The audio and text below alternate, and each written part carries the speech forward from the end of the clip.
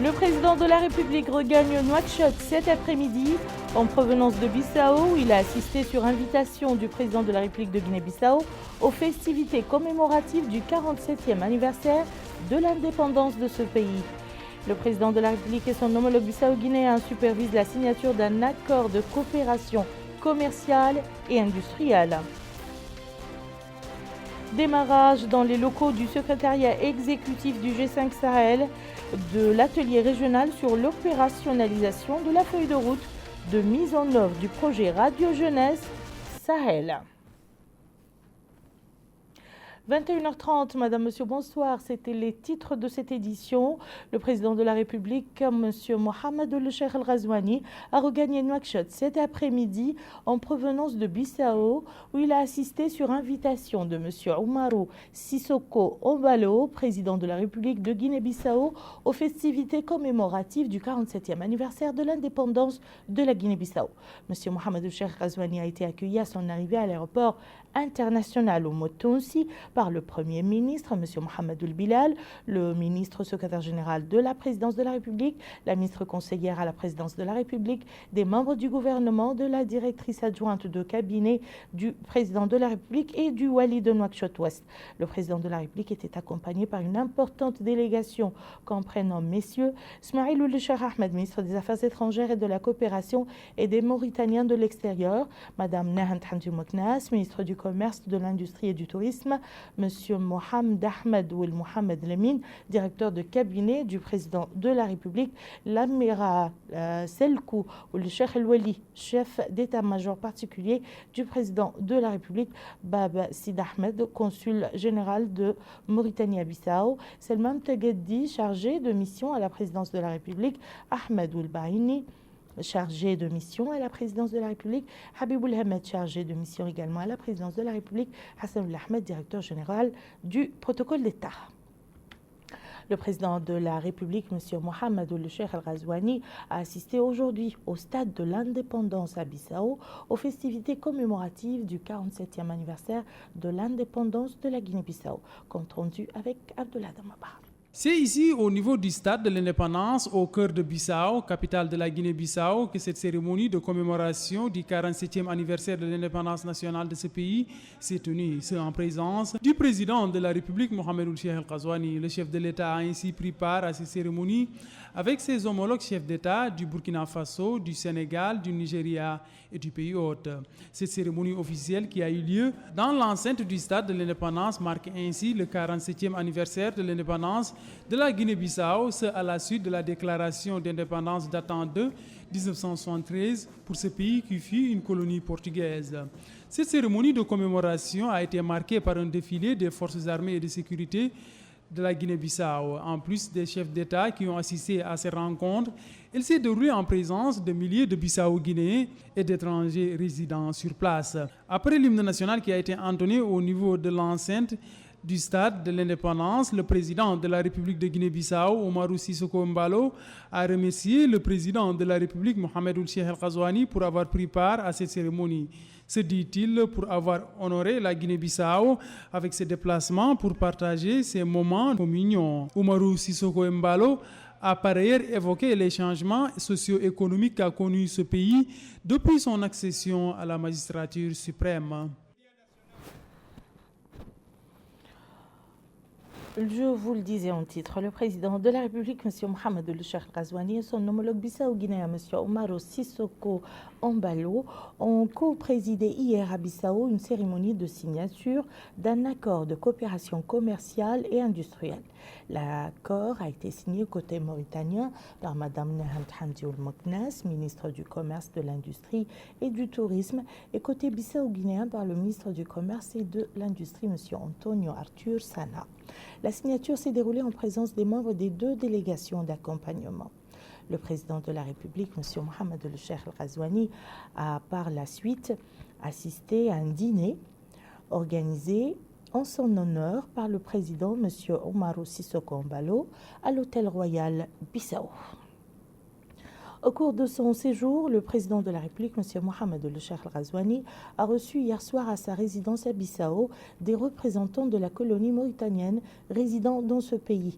Le président de la République a remercié lors de cette rencontre les membres de cette communauté pour la position privilégiée qu'ils occupent parmi les colonies étrangères résidant dans ce pays et pour leur haute moralité et les valeurs qu'ils portent ayant contribué à renforcer les liens de coopération étroite existant entre les deux peuples frères mauritaniens et bissau-guinéens. Abdullah Damaban en dit plus. Le président de la République, Mohamed El-Cheikh Al-Ghazouani, a rencontré la communauté mauritanienne établie en République de Guinée-Bissau. Le chef de l'État a, au cours de son déplacement, échangé avec les représentants de la communauté mauritanienne sur place. Il a d'emblée remercié les concitoyens établis en Guinée-Bissau pour la position privilégiée qu'ils occupent, leur réputation et les valeurs qu'ils incarnent parmi les différentes communautés étrangères qui résident dans ce pays. Le chef de l'État a appelé les Mauritaniens à contribuer au renforcement des liens de coopération étroite liant les deux peuples frères. Il a aussi précisé que les citoyens mauritaniens qui se sont installés en Guinée-Bissau sont les meilleurs ambassadeurs de notre pays dans leur terre d'accueil. Dans ce cadre, le chef de l'État leur a demandé de continuer à renforcer les liens qu'ils ont eu à tisser depuis plusieurs années. Le ministre des Affaires étrangères, de la coopération et des Mauritaniens de l'extérieur, Ismaël Cheikh Ahmed, a mis en avant l'important rôle joué par la communauté mauritanienne dans le domaine socio-économique, culturel, entre autres. Il a en outre indiqué qu'en collaboration avec les autorités bissau-guinéennes, il se déploie afin de faciliter l'accès aux différents services dont ont besoin les membres de cette communauté.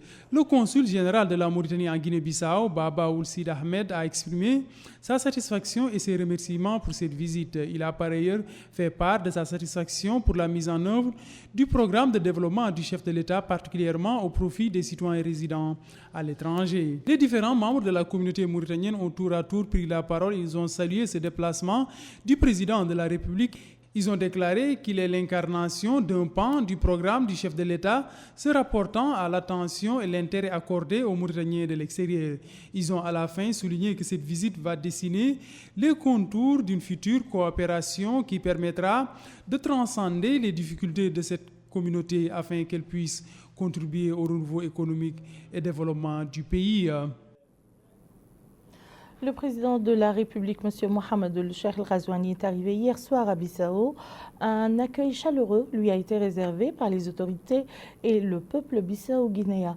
Le président Omarou Sissoko Embalo, entouré du Premier ministre, des membres du gouvernement et de hautes personnalités de l'État bissau-guinéen, était à l'accueil du président de la République.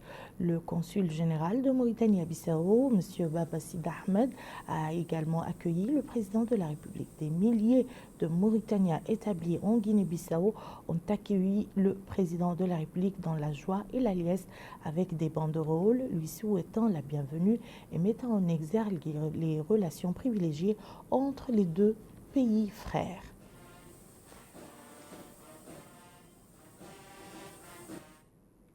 Ils auront également brandi les portraits géants du président de la République à l'aéroport Bissau. Les deux présidents ont écouté l'hymne national de la Mauritanie et celui de la Guinée-Bissau avant de passer en revue les unités militaires bissau-guinéennes venues rendre les honneurs. Au salon d'honneur, les deux présidents ont eu des entretiens en tête-à-tête et passé en revue les relations solides qu'entretiennent les deux pays et les voies et moyens de les renforcer davantage. Ils ont par la suite répondu aux questions des journalistes.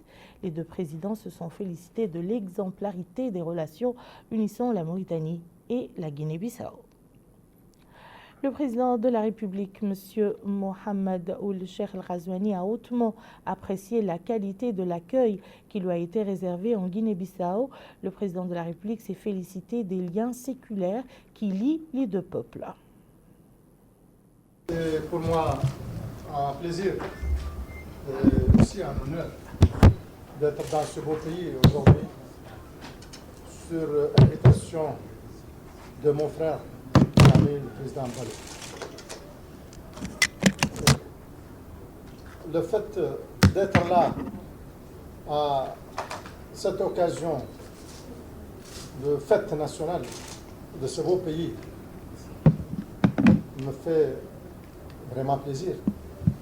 Le fait d'être aux côtés de mon frère avec certains autres frères qui vont nous rejoindre aussi demain à cette occasion que je n'ai pas voulu laisser passer pour prendre contact aussi bien avec mon frère qu'avec mes autres frères et collègues qui seront là demain matin.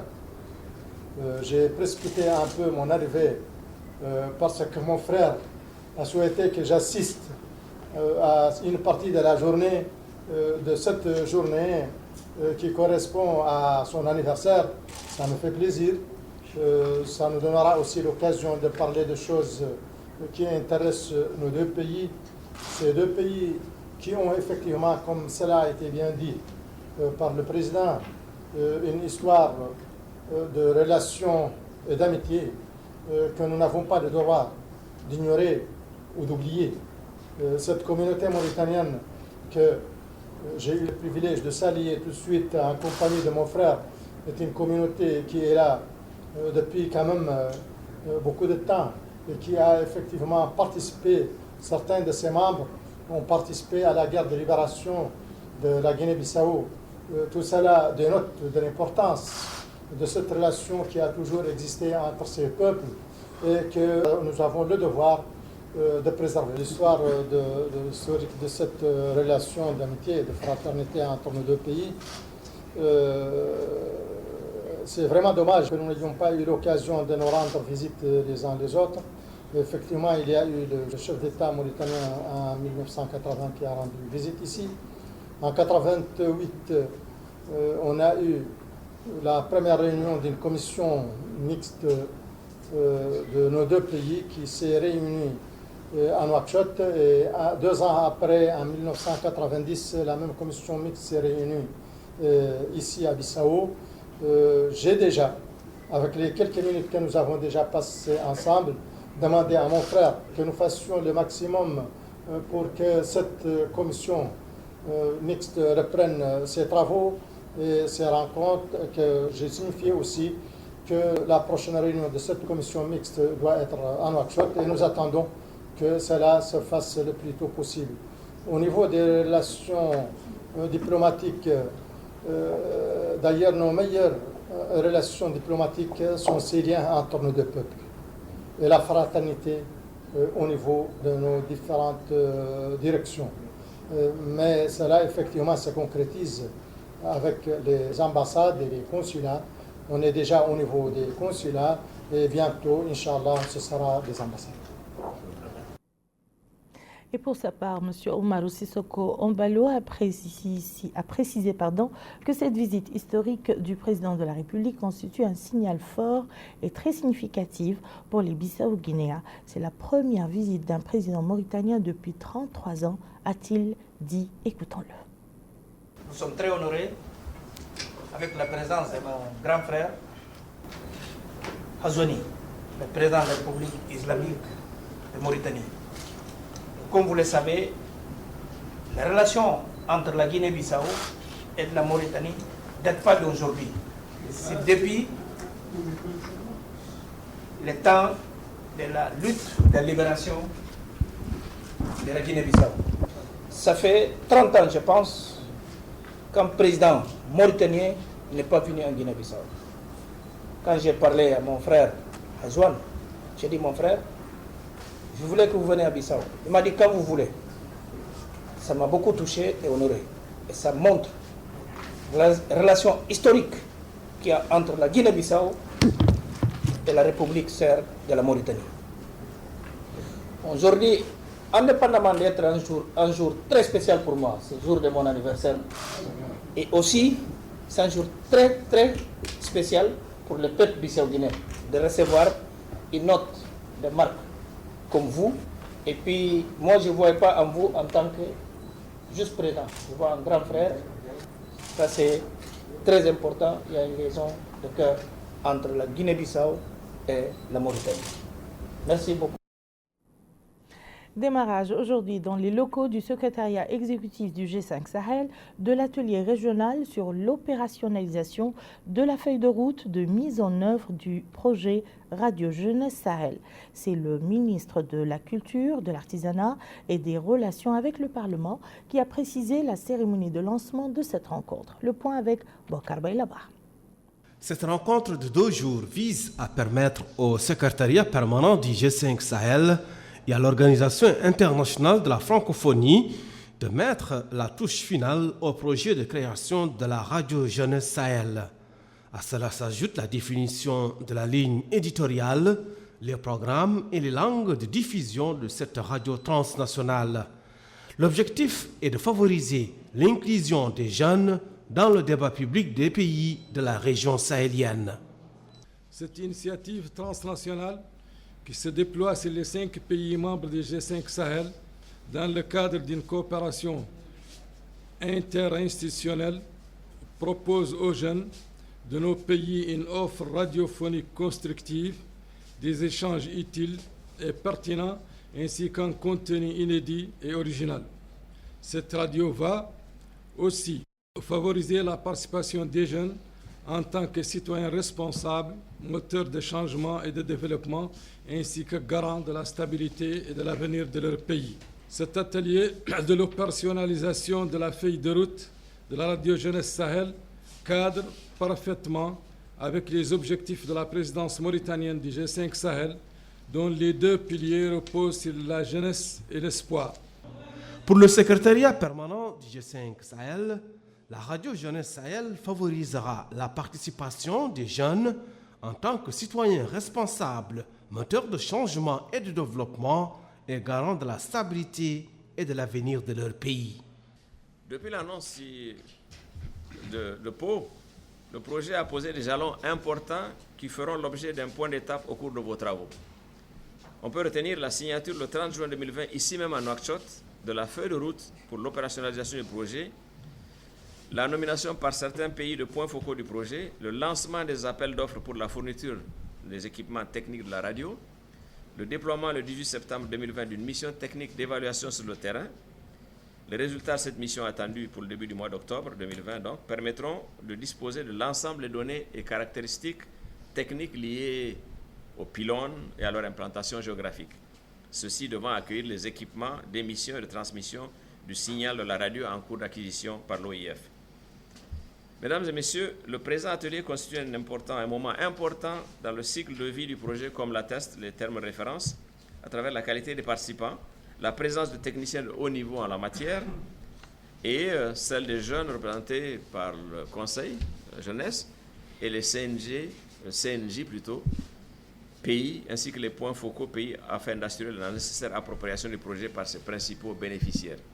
La Radio Jeunesse Sahel servira de lien, mais aussi d'espace de dialogue et d'échange entre ces jeunes en leur offrant des contenus authentiques, fiables et inspirants, reflets de leur réalité.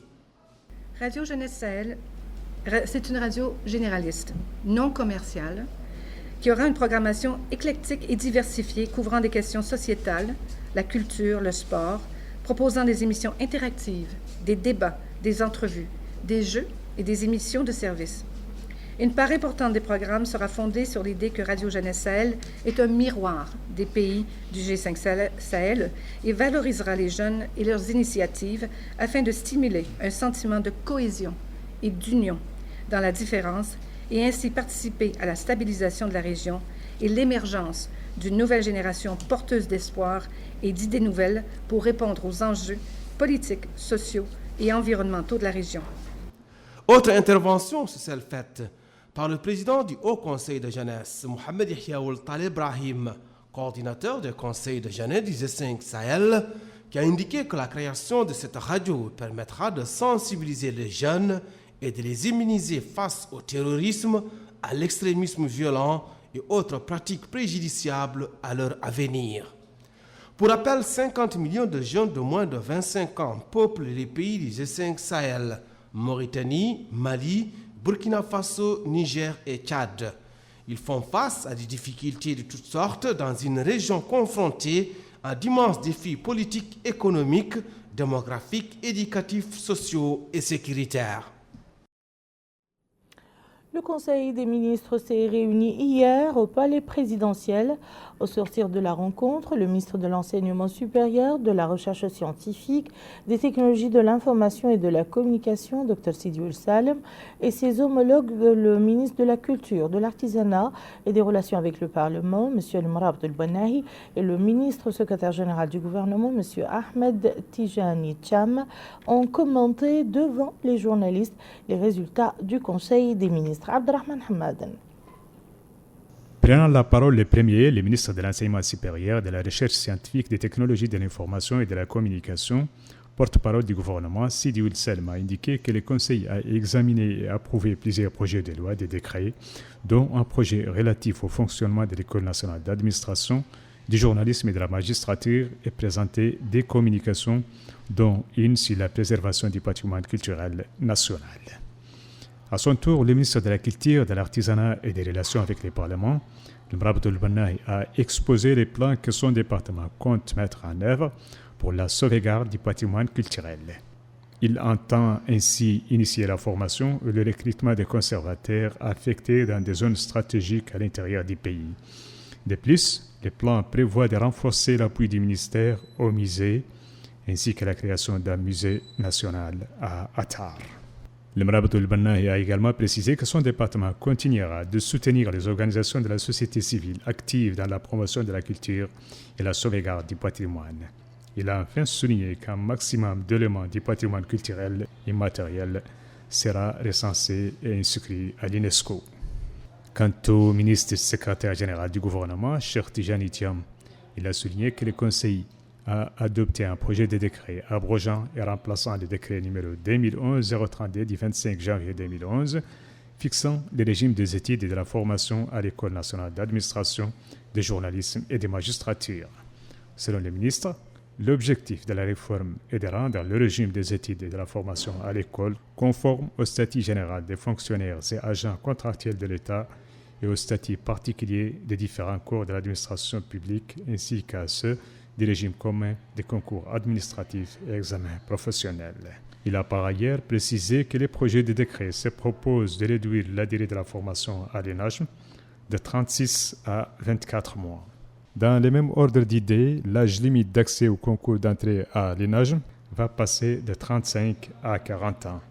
40 ans, poursuit le ministre, c'est l'âge maximum pour intégrer la fonction publique. Les cycles de formation initiale et les concours correspondants sont ouverts par arrêté du Premier ministre en fonction des besoins en personnel déterminés par les plans généraux de formation de la fonction publique en concertation avec le directeur général de l'ENAJM, a-t-il conclu. Le porte-parole du gouvernement a par la suite répondu à une série de questions dont une concernant l'âge limite d'inscription à l'université. Il dira à ses propos que la décision de plafonner à 25 ans est maintenue, selon lui. C'est presque la norme dans la sous-région. Il donnera l'exemple du Maroc où l'âge limite pour s'inscrire à l'université est de 23 ans, ou encore du Mali qui exige que les candidats soient âgés de moins de 25 ans. S'agissant du financement du plan de relance économique, le ministre a souligné qu'il se fera en partie sur fonds propres et le reste sera mobilisé auprès des partenaires suivant les priorités. Enfin, le ministre a confirmé que le Festival des villes ne sera pas annulé cette année avant de rassurer sur le fait que les mesures nécessaires seront prises pour prévenir la propagation de la COVID-19. Le ministre secrétaire général du gouvernement, M. Ahmedou Tijani Cham, a présidé aujourd'hui dans la salle de réunion du Premier ministère une réunion périodique des secrétaires généraux des secteurs ministériels. La réunion a porté sur les mesures pratiques pour redynamiser le travail des départements, de mettre en place un mécanisme de suivi pour la mise en œuvre des plans de développement et administratif. Voyons à présent la situation épidémiologique dans le pays. Les services du ministère de la Santé ont enregistré ces dernières 24 heures 24 émissions et 8 nouveaux cas de Covid-19. Les résultats obtenus après 209 tests, dont 25 de suivi, ce qui porte à 7433 le total des cas confirmés jusqu'à ce jour, dont 7052 déclarés guéris.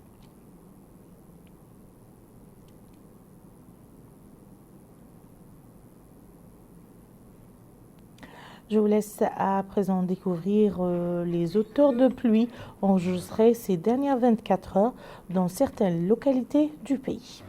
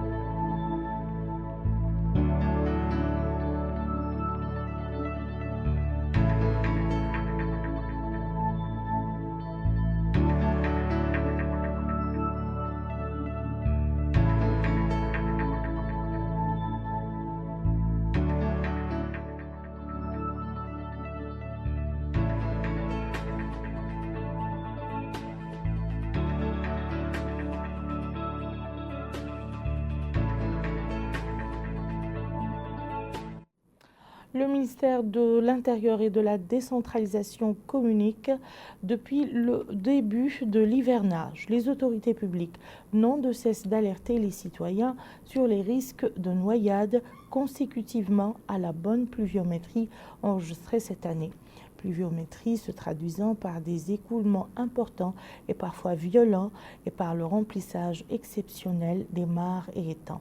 En dépit des alertes et mises en garde émises, nous continuons d'enregistrer plusieurs cas de noyade, dont malheureusement certains cas mortels. C'est ainsi qu'au Houd al-Gharbi, le mercredi 23 septembre, on a enregistré la mort par noyade de 3 garçons et d'un adulte. En cette douloureuse occasion, le ministère de l'Intérieur et de la décentralisation présente ses condoléances émues aux familles des victimes et prie Allah le Tout-Puissant de les accueillir dans son saint paradis.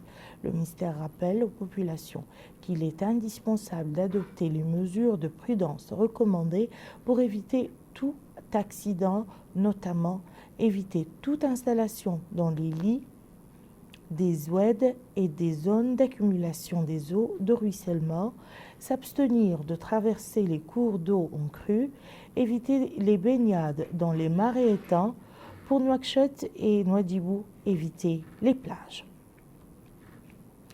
Restons à l'intérieur du pays, au Brakna, plus précisément la Muqata'a de Bogué, où les services éducatifs se préparent à organiser les examens de fin d'année scolaire qui débuteront jeudi prochain sur l'ensemble du territoire national. L'équipe d'El Mauritania a visité certaines écoles et suivi des aspects de la gestion des mesures préventives accompagnant la reprise des cours en période de la pandémie du coronavirus. Le point avec Bokar Beylaba. L'école de Touldé dans la Muqata'a de Bogué.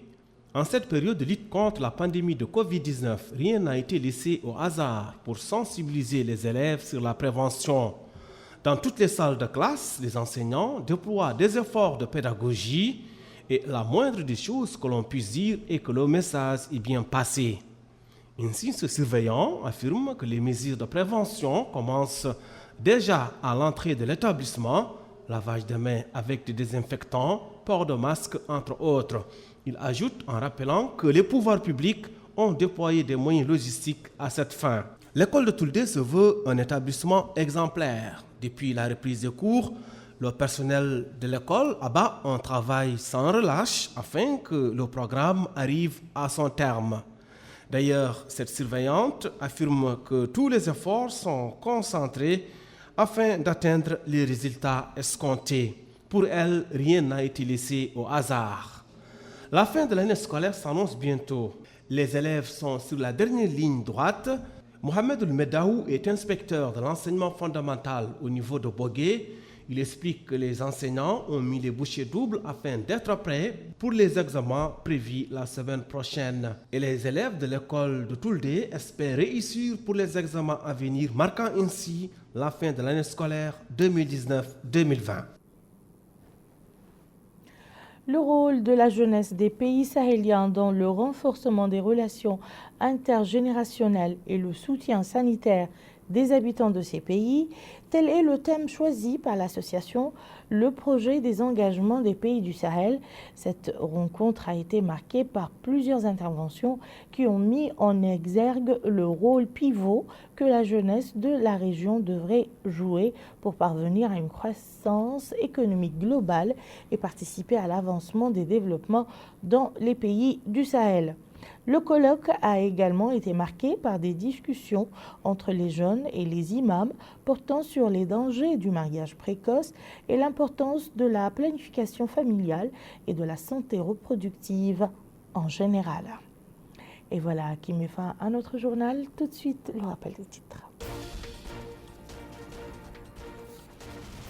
Le président de la République regagne Nouakchott cet après-midi en provenance de Bissau. Il a assisté sur invitation du président de la République de Guinée-Bissau aux festivités commémoratives du 47e anniversaire de l'indépendance de ce pays.